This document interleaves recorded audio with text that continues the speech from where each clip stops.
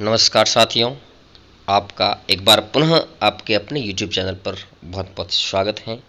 जैसा कि हमारे नरेशन चल रहा था इंग्लिश ग्रामर में, जिसे डायरेक्ट इनडायरेक्ट भी कहते हैं, और हमने लास्ट किस किस प्रकार के सेंटेंसेस में क्या चेंजेस होने वाले हैं वो पढ़ा है, और हमारे टाइम चेंजेस चार्ट भी देखा था।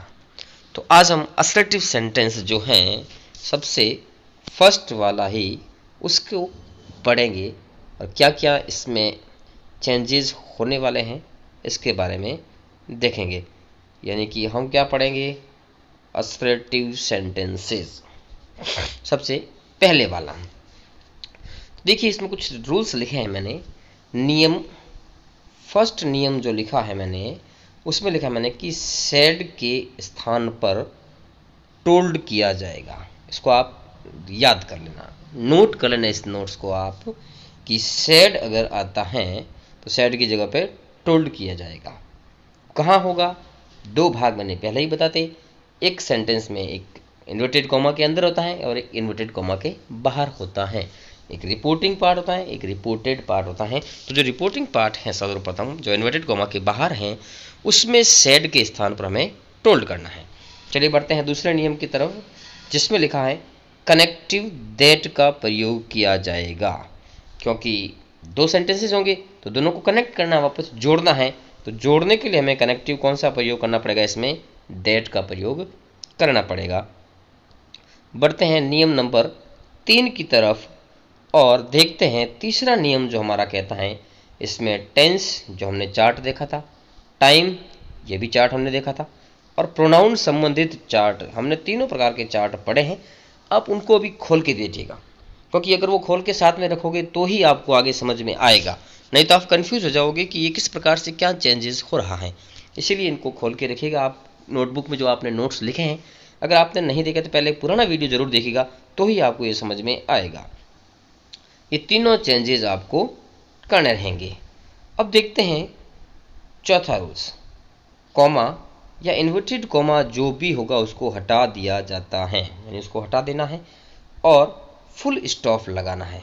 क्या लगाना है? लास्ट में फुल स्टॉप लगाना रहेगा वाक्य, क्योंकि पूरा एक कमांड कर लेंगे सेंटेंस दोनों में, तो कॉमा इन्वर्टेड कॉमा सब हट जाएंगे और केवल एट लास्ट फुल स्टॉप लगेगा। तो चलिए देखते हैं अब कुछ एग्जाम्पल। फर्स्ट एग्जाम्पल को आप ध्यान से देखेंगे अगर, तो आप देखेंगे कि मैंने फर्स्ट सेंटेंस लिखा है राम सेड टू सीता, ये रिपोर्टिंग पार्ट है ये वाला। फिर मैंने कॉमा, इन्वर्टेड कॉमा, और लिखा है she is writing a letter now. अब देखिएगा, ये है रिपोर्टेड पार्ट, यानी कि इन्वर्टेड कॉमा के अंदर का भाग। हमें जो अभी मैंने बताया कि तीन चेंजेस, टेंस, टाइम और प्रोनाउन जो चेंज करे हैं, वो इस इन्वर्टेड कॉमा के अंदर वाले भाग में ही करना है। पहला नियम बताया था मैंने कि सेड टू, यानी कि सेड के साथ टू है, सेड टू के स्थान पर हमें क्या करना है? मैंने बताया था आपको कि आपको करना है टोल्ड। तो ये आपको ध्यान रखना है, सेड टू के स्थान पर टोल्ड करेंगे। और इस दोनों सेंटेंस को जोड़ने के लिए यहाँ बीच में कनेक्टिव मैंने क्या बताया था अभी, कि दैट का प्रयोग करना है। ये चीज़ें आपकी क्लियर हो जानी चाहिए। तो देखिएगा, अब इसका अपन आंसर देखते हैं कैसे बना है। सबसे पहले देखिएगा, जो सब्जेक्ट राम है उसको वैसा का वैसा लिख दिया गया। हमारा नियम है कि सेड टू की जगह पे हमें टोल्ड करना है, बिल्कुल कर लिया। वापस जो ये ऑब्जेक्ट है इसको हमने सीता को वैसा का वैसा लिख लिया। अब हमने पढ़ा था कि हमारे बीच में कनेक्टिव दोनों को जोड़ने के लिए दैट का प्रयोग, ये हमने कर लिया दैट का प्रयोग।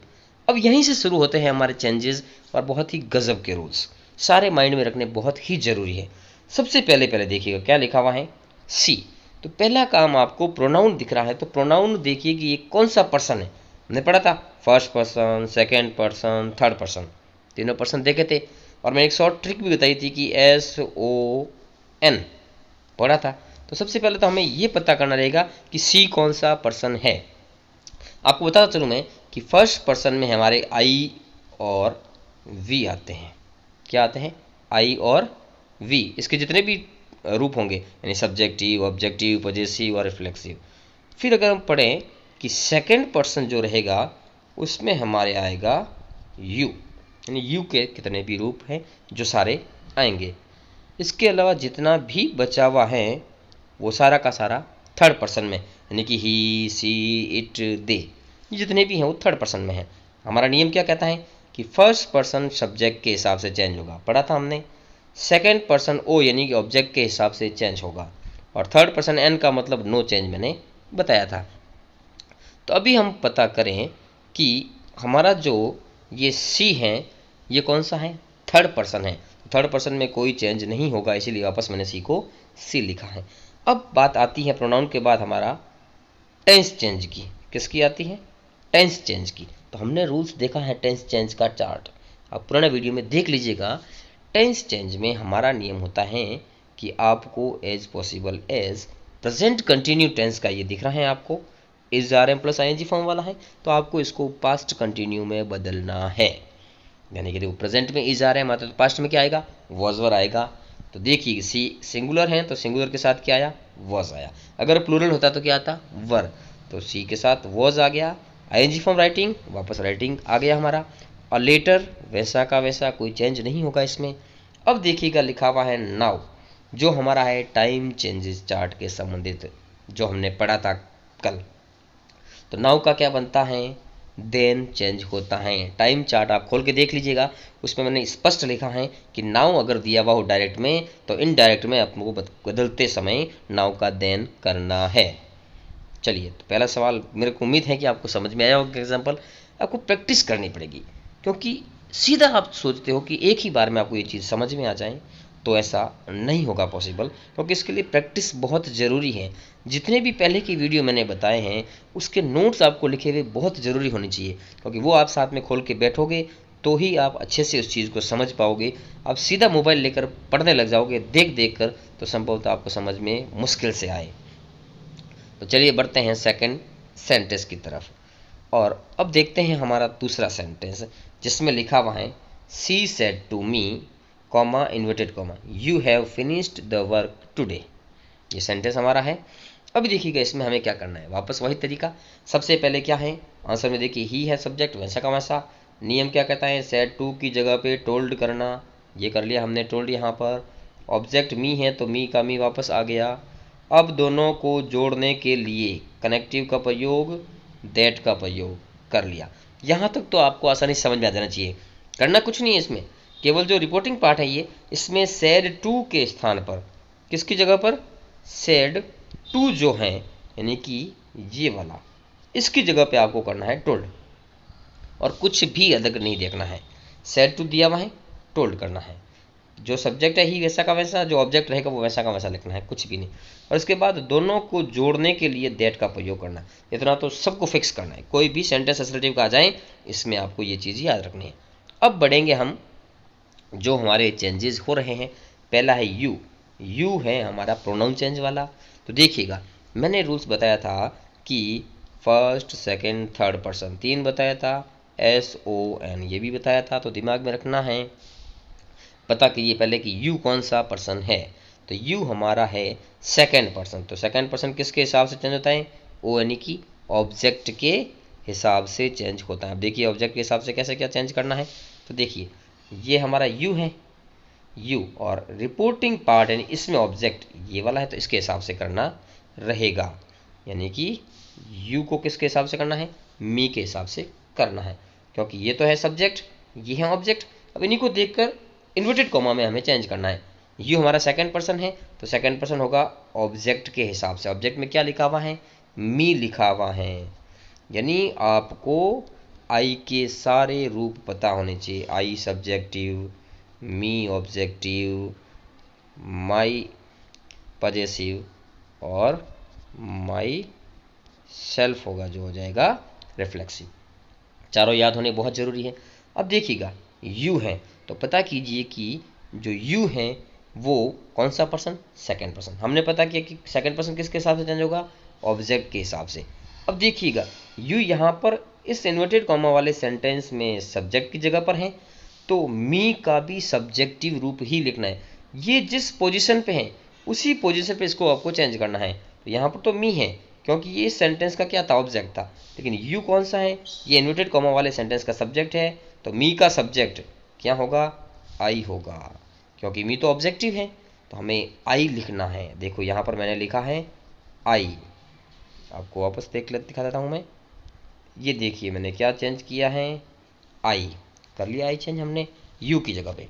अब बढ़ते हैं हमारा टेंस चेंज वाला, हैव फिनिश्ड लिखा हुआ है, यानी कि प्रेजेंट परफेक्ट टेंस लिखा हुआ है, तो हमें चेंज किस में करना है, पास्ट के परफेक्ट में चेंज करना है। यानी तो हैज है तो क्या आ जाएगा, हैड, हैड के साथ क्या हो जाएगी थर्ड फॉर्म वापस, फिनिश्ड। फिर द वर्क वैसा का वैसा। अब टाइम चेंज का, टुडे, टुडे को चेंज करते हैं हम दैट डे में, तो ये दैट डे आपको करना रहेगा। तीनों चार्ट आपको याद होने चाहिए और जो रूल्स लिखा है वो याद होने चाहिए, तो ही आप आसानी से इसको कर पाओगे। चलिए बढ़ते हैं अगले सेंटेंस की तरफ, सेंटेंस नंबर 3 की तरफ। एक सेकेंड, सेंटेंस नंबर 3 की तरफ बढ़ते हैं और देखते हैं क्या कह रहा है। लिखा हुआ है Mohan said to Geeta, comma inverted comma है, और लिखा हुआ है I will go to Jodhpur tomorrow. ये हमारा लिखा हुआ है, तो देखते हैं। अब देखिएगा, अब देखिएगा, अब हमें चेंज करना है इसको आंसर। तो सबसे पहले क्या है, हमें तो पता है कि सैड टू की जगह पे हमें टोल्ड करना है, तो मोहन वैसा का वैसा, गीता है जो वैसा का वैसा, और सैड टू की जगह पे क्या किया मैंने, टोल्ड कर लिया। स्पष्ट समझ में आ गया। दोनों को जोड़ने के लिए यहाँ बीच में कनेक्टिव क्या आता है, दैट, कर लिया दैट। यहाँ तक कोई प्रॉब्लम किसी को नहीं होनी चाहिए, बिल्कुल इजी वे में करना क्या है, सैड टू की जगह पर टोल्ड करना है और दोनों को जोड़ने के लिए क्या करना है, दैट। इतनी चीज़ आपको आसानी से समझ में आ गई होगी। अब देखते हैं और बढ़ते हैं आगे हम, तो देखिएगा क्या करना है। सबसे पहले लिखा हुआ देखिए, अब यहाँ पर क्या है, आई। पता कीजिए कि ये फर्स्ट पर्सन है, सेकंड पर्सन है या थर्ड पर्सन। ये रूल्स तो आपको दिमाग में रखना ही है SON वाला, तो ही समझ में आ पाएगा जब भी प्रोनाउन चेंज करोगे। तो हमें पता है कि आई हमारा फर्स्ट पर्सन है, क्योंकि आई और वी के जितने भी रूप होते हैं वो फर्स्ट पर्सन में आते हैं, और हमारा नियम फर्स्ट पर्सन किसके हिसाब से, इसका मतलब सब्जेक्ट के हिसाब से चेंज होगा। तो बढ़ते हैं सब्जेक्ट की तरफ, आई, और देखो इसका सब्जेक्ट क्या है यहाँ पर, देखो मोहन, तो यानी मोहन के हिसाब से अब हमको चेंज करना है। तो बढ़ते हैं देखते हैं कैसे होता है मोहन के हिसाब से चेंज। ये देखिएगा आई था, आई को करना है मोहन के हिसाब से। अब देखिए मोहन तो क्या एक नाउन है और हमें तो प्रोनाउन चेंज करना है क्योंकि नाम है, तो प्रोनाउन मोहन का क्या होता है, हमने पहले भी पढ़ा होगा कि अगर कोई पुरुष है, पुल्लिंग है तो उसका बनता है ही, और स्त्रीलिंग के लिए आता है सी। इतना तो हमने पढ़ा, यानी कि लड़का है अगर तो ही आएगा, और लड़की है तो उसका प्रोनाउन रूप सी बनता है। इतना आपको माइंड में रखना है। तो अब देखिएगा मोहन है तो हमें पता है कि आई की जगह पे, यानी कि आई इस सेंटेंस में क्या है, आई सब्जेक्ट पे है, ये देखो ये, तो इसमें सब्जेक्ट को हमें पता है कि सब्जेक्टिव, मोहन का भी सब्जेक्टिव, यानी कि ही का सब्जेक्टिव क्या बनता है, ही बनता है वापस। तो देख लीजिए यहाँ पर हमने दैट के बाद क्या लिखा है, दैट के बाद हमने लिख दिया है ही। ये देखिए दैट के बाद क्या लिख दिया है, ही लिख लिया हमने, हो गया ही। अब आगे बढ़िएगा, टेंस चेंजेस, विल, विल या सेल, यानी कि फ्यूचर सिंपल टेंस है। फ्यूचर सिंपल में देखो हमने पढ़ा था कि विल का होता है वुड और सेल का शुड, तो ये विल का कर लिया हमने वुड, और गो वैसा का वैसा, टू वैसा का वैसा, जोधपुर वैसा का वैसा, इसमें कोई चेंज करना ही नहीं है। अब चेंज करने का वर्ड आ गया है हमारा टाइम वाला, टुमारो। टुमारो को चेंज क्या करते हैं, द फॉलोइंग डे या द नेक्स्ट डे, ये लिख दिया, टाइम चार्ट में हमने पढ़ा था, तो द नेक्स्ट डे, ये भी सेंटेंस हो गया। अब बढ़ते हैं हम चौथे सेंटेंस की तरफ और देखते हैं क्या चेंजेस हो रहा है। चलिए लिखा हुआ है Ashok said, comma inverted comma, I bought a book yesterday. Sentence बहुत अच्छा है, आपको अब इसमें एक नियम का विशेष ध्यान रखना है, जो देखिएगा क्या है। देखो सब्जेक्ट अशोक वैसा, अब देखिए आप काफ़ी सोच रहे हो कि यहाँ सैड है, सर तो कब से बता रहे हैं सैड टू आए तो टोल्ड करना है, लेकिन मैंने तो सैड लिख दिया। तो अब क्यों लिखा, इसका कारण मैं आपको बता रहा हूँ। इसका कारण क्या होता है कि जब भी ये जो रिपोर्टिंग पार्ट है इन्वर्टेड कॉमा के बाहर वाला, इसमें अगर सब्जेक्ट और इसके बाद सैड और उसके बाद अगर ऑब्जेक्ट नहीं हो, क्या नहीं हो, अगर ऑब्जेक्ट आपके पास नहीं हो यहाँ पीछे और सीधा कॉमा इन्वर्टेड कॉमा आ जाता है, तो सैड को हमें नहीं बदलना है। ये नियम आप नोट कर लेना कि अगर रिपोर्टिंग पार्ट में, यानी ये पहले वाला जो भाग है, इसमें अगर ऑब्जेक्ट नहीं हो तो हमें शेड को चेंज नहीं करना है, शेड का शेड ही रखना है। फिर वापस देखिए इस दोनों को जोड़ना है यहाँ पर, तो जोड़ने के लिए क्या आएगा, दैट का प्रयोग करना है, कर लिया। अब बढ़ते हैं वापस हम अपने इसकी तरफ, वाक्यों की तरफ कि क्या चेंज करना है। तो चलिए अब यहाँ तक दैट तक तो हो गया। अब पता कीजिए कि ये आई कौन सा पर्सन है, आई हमारा पता है कि फर्स्ट पर्सन है, ये नियम तो आपको पता ही होना चाहिए। ठीक है, आई फर्स्ट पर्सन तो किसके हिसाब से चेंज होगा, सब्जेक्ट के हिसाब से।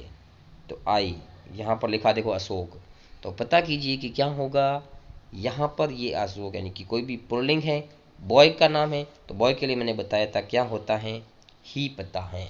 तो चलिए ही सब्जेक्टिव है और आई भी सब्जेक्ट की जगह पे ही है इसमें, तो इसकी जगह पे क्या कर देंगे, ही कर लेंगे।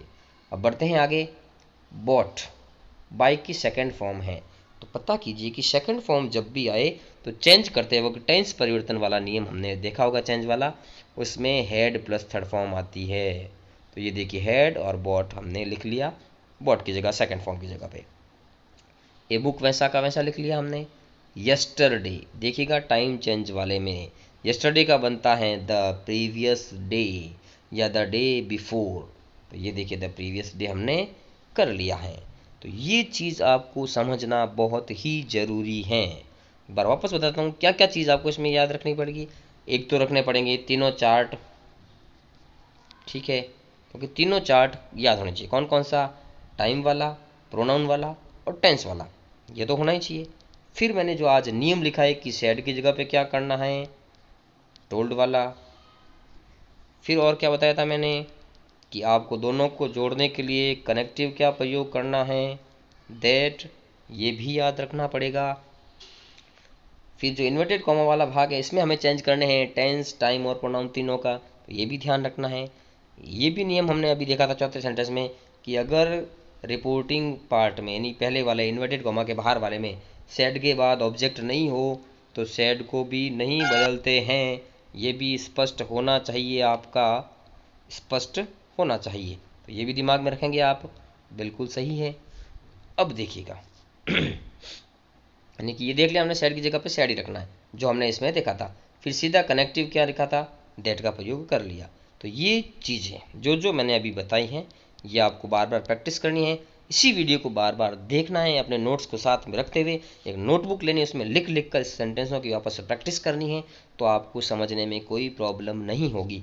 फिर भी आपको लगता है कि सर मुझे यहाँ पर प्रॉब्लम आ रही है, ऐसे कैसे हुआ, तो आप कमेंट कर दीजिएगा, केवल एक नीचे आप कमेंट बॉक्स में कमेंट कीजिएगा, आपके कमेंट का हमें जवाब दूंगा और अगले वीडियो में आते ही उसका पहले सॉल्यूशन बताया जाएगा, उसके बाद आगे बढ़ेंगे हम।